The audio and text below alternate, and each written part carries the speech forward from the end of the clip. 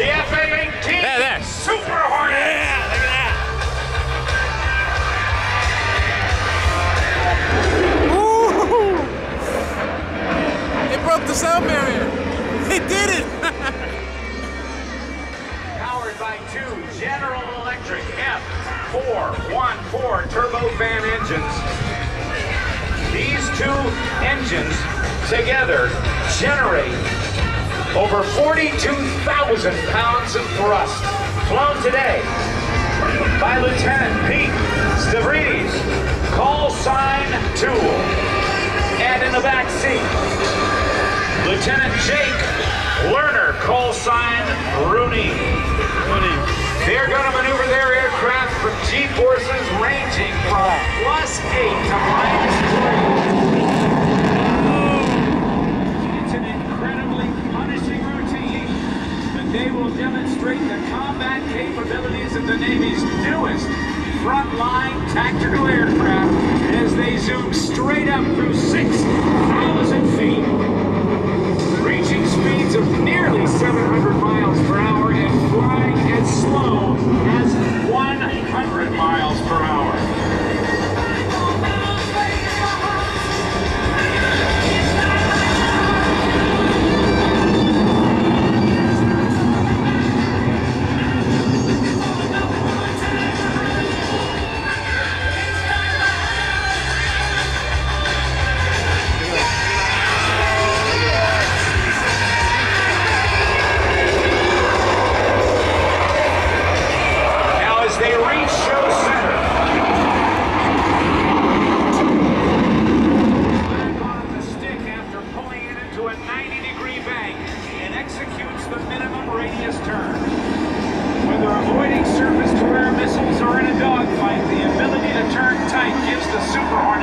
Tremendous tactical advantage.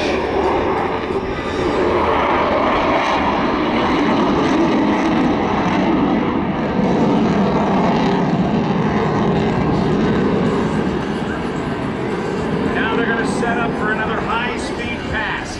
During this maneuver, they'll approach at nearly Mach 1. You may notice some white vapor coming off the aircraft, indicating that it is very close to the speed of sound.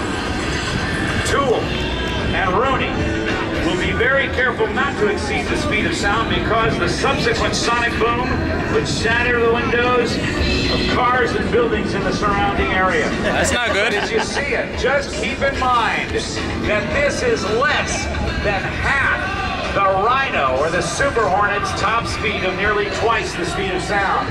After they cross show center, they'll pull the aircraft into the vertical.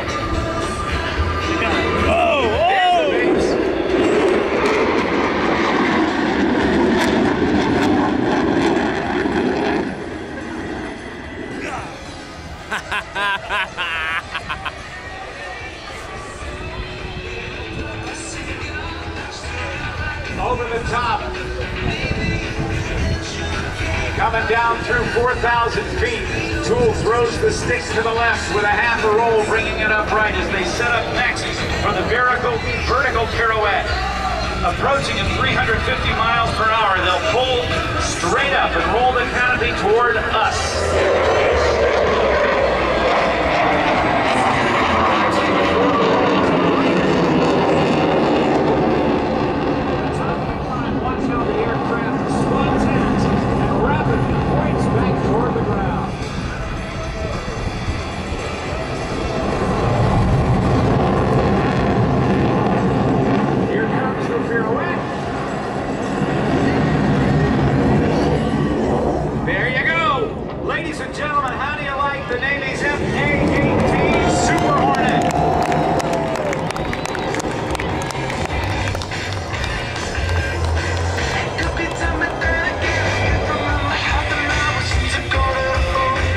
They're going to set up for a maneuver known as the square loop. As the Super Hornet approaches show center, Tool and Rooney will rapidly reposition the nose 4 times while flying a square path through the sky. The sound that you are hearing from those two General Electric F414 engines at their loudest, is caused by the afterburner being on. The afterburner is a method by which raw jet fuel is poured into the exhaust, giving it a tremendous kick in the pants to get into a fight or out of a fight very, very rapidly. As you look into the tailpipe, if you see an orangish or a whitish glow, that means the afterburners or the blowers are on. Ladies and gentlemen, the square loop. Let's watch for a very, very rapid pull to straight up vertical.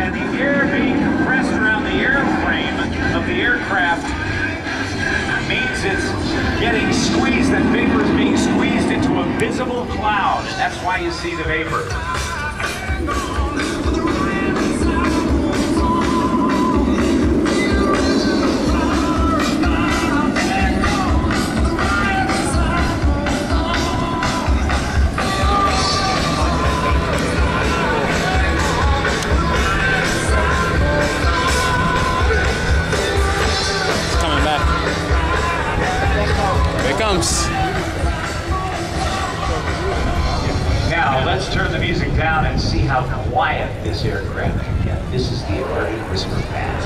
Look at that.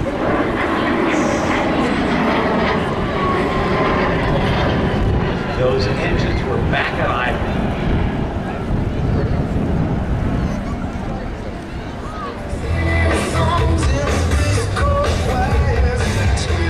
Now they're going to set up for what is known as a high alpha pass.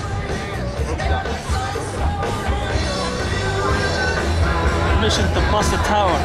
High alpha means high angle of attack, or the number of degrees the nose is pulled up above the horizon. Let's see if we can go live to the cockpit. Say hello to Lerner, Jake Lerner. Hey Rudy, do you copy Rob Ryder? Over.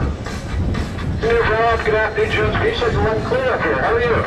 We're doing great now. Go ahead and call the speeds and the number of degrees your nose is pulled up. Let's go for it. You and Tool.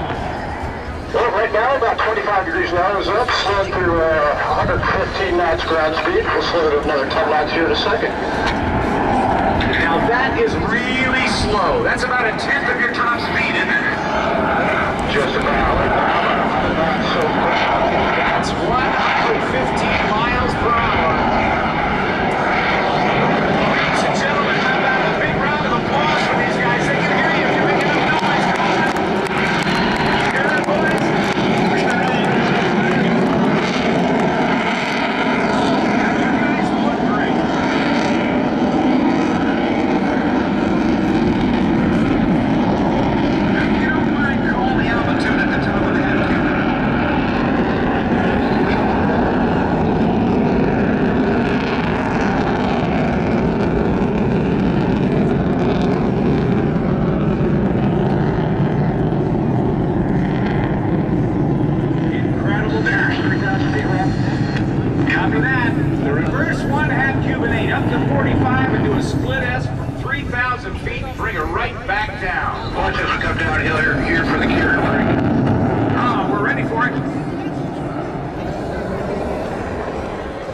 This is what they do when they're coming back into the aircraft carrier at sea. The carrier brake.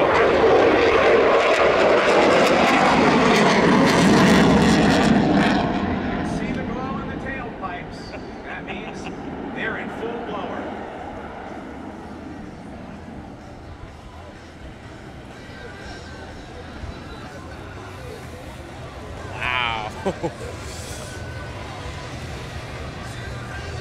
They get into this decelerating 360-degree turn as they can't do it. Since they can't do a touch and go here, they will actually get into the carrier configuration, lowering the gear, the flaps, and the tail hook. Rhino 1-1, 3/4 block, call the ball. Rhino 1-1, ball 4.6. Roger, ball. The tail hook that you see extended from the rear of the aircraft is the piece of equipment that catches one of 4 wires that are stretched across the deck of the carrier, allowing this 30,000-pound plus airplane to land and stop in as few as 400 feet. If they miss the wires, they shove the throttles forward and go around for another try as they reach show center. Crew called inside the aircraft is gear up, flaps up, hook up.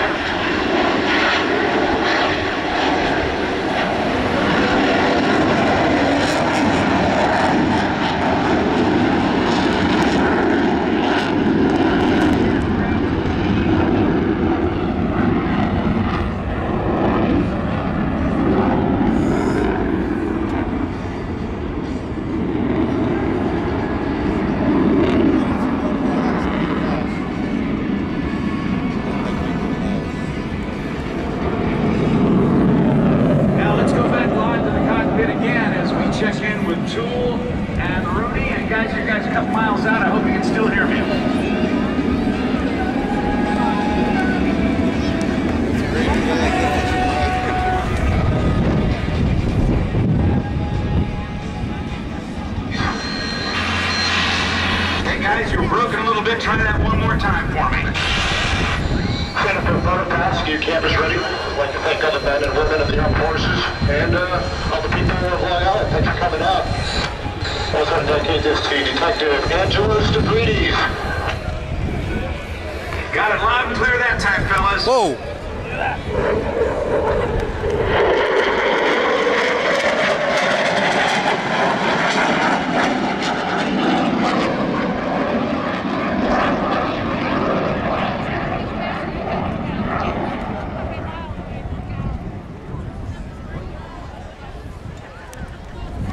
Well, now, ladies and gentlemen, the Super Hornet's going to join up Super Hornet with a World War II aircraft for the United States Navy's tailhook legacy flight.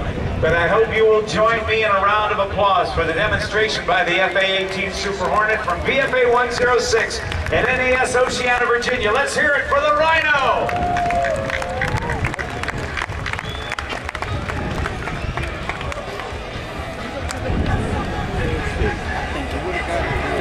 a lot of noise. It will put the fear of God in you. Well, ladies and gentlemen, what you are about to see is a truly amazing demonstration of aircraft that link the Navy's proud aviation past with the amazing aircraft the Navy flies today. And by fully understanding the touchstones of the past, we can appreciate the present and the future.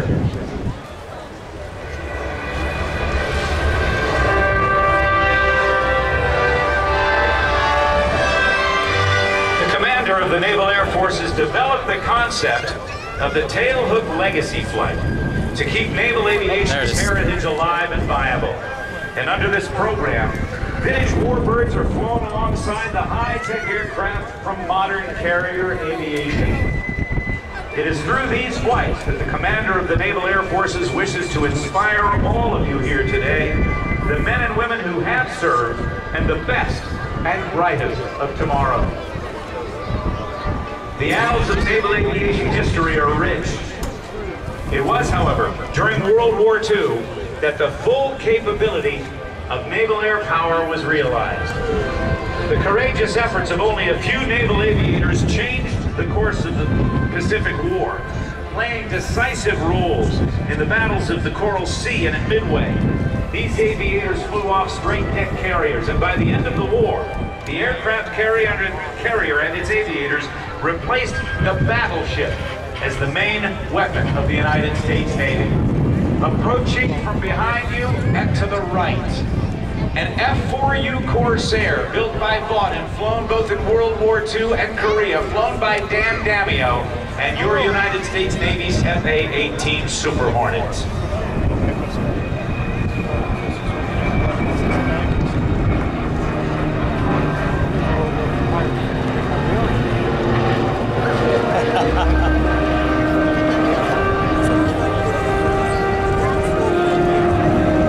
Although it's been nearly 65 years since the conclusion of World War II, many of the aircraft used are still flying today. This is a testament not only to their survivability and durability, but to how well these aircraft have captured people's imaginations.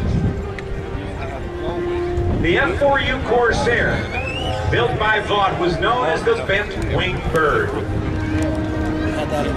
With a 2,000 horsepower engine, it swung a huge prop that had a diameter swing of 13 feet 4 inches, I believe. And in order to prevent the propeller from striking the wooden decks of the carrier in those brutal carrier landings at sea, they had to have a very, very robust landing gear. And what they found was that in order to make one long enough and strong enough with a straight wing, it would be too heavy for the aircraft. And so designers bent the wing down, extended a lighter, smaller, shorter gear from the lowest point of the wing, and then bent it back up. And the Corsair proved itself not only as a carrier-based aircraft, but also as a very, very important land-based aircraft flown by the United States Marine Corps. Little lambs who have lost our way. Little lambs. Recording this. It was back in the late 1970s that Robert Conrad starred in a show about a Marine pilot and squadron commander by the name of Greg Boyington, call sign Happy. They flew Corsairs during the war. Black Sheeps. And the aircraft you see driven by the propeller and flown by Dan Damio from the American Air Power Museum is the type that they used in the Black Sheep Squadron. This is the main television show.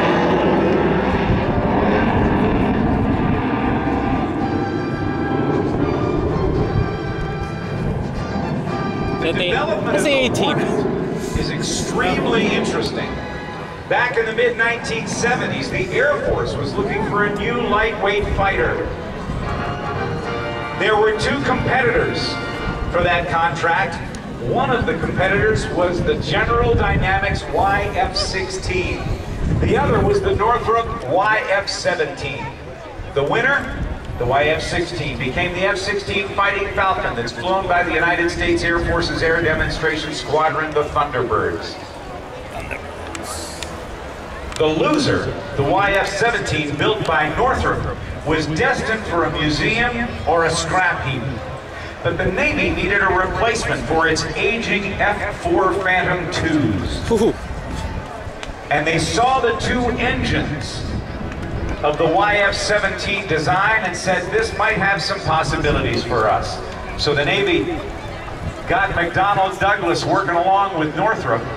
They beefed up the landing gear, changed some other parts of the aircraft, but then the basic design of that YF-17, a loser, became the F-18 Hornet. And when the Navy needed a replacement for its aging F-14 Tomcats, the design of the Hornet was so good that they went to it again. This time with Boeing extending the fuselage, improving the engines, and changing the avionics, and making many of them two-seat versions, and it became, in 1995, the F-18 Super Hornet that you see here today.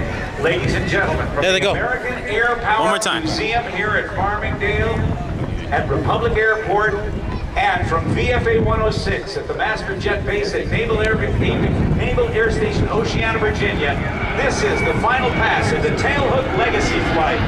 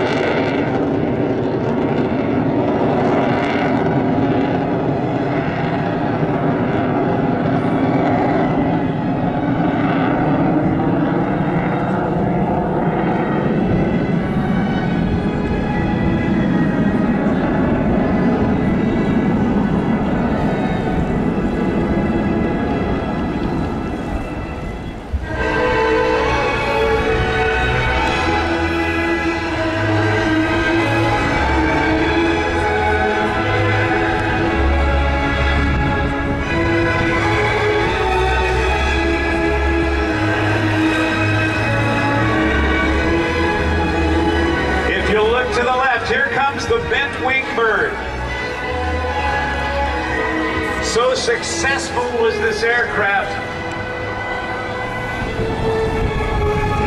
in attacking Japanese positions in the Pacific Theater during World War II that the Japanese called it the Whistling Death. Also, during the Korean War, at the dawn of the jet age, the F-4U Corsair saw combat with the Marines as well, and with the United States Navy. With the gear down, take a look and listen.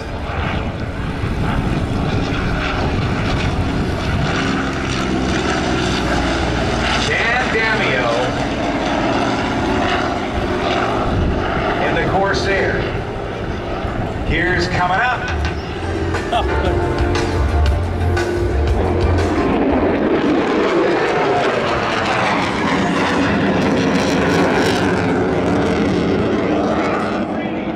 And Jake Lerner in the F-18 Super Hornet.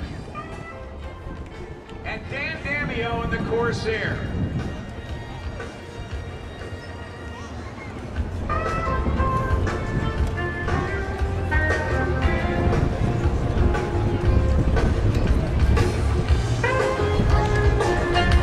That's it. Well, ladies and gentlemen, that does put a wrap on the flying for today. I hope you have had a great Memorial Day celebration here.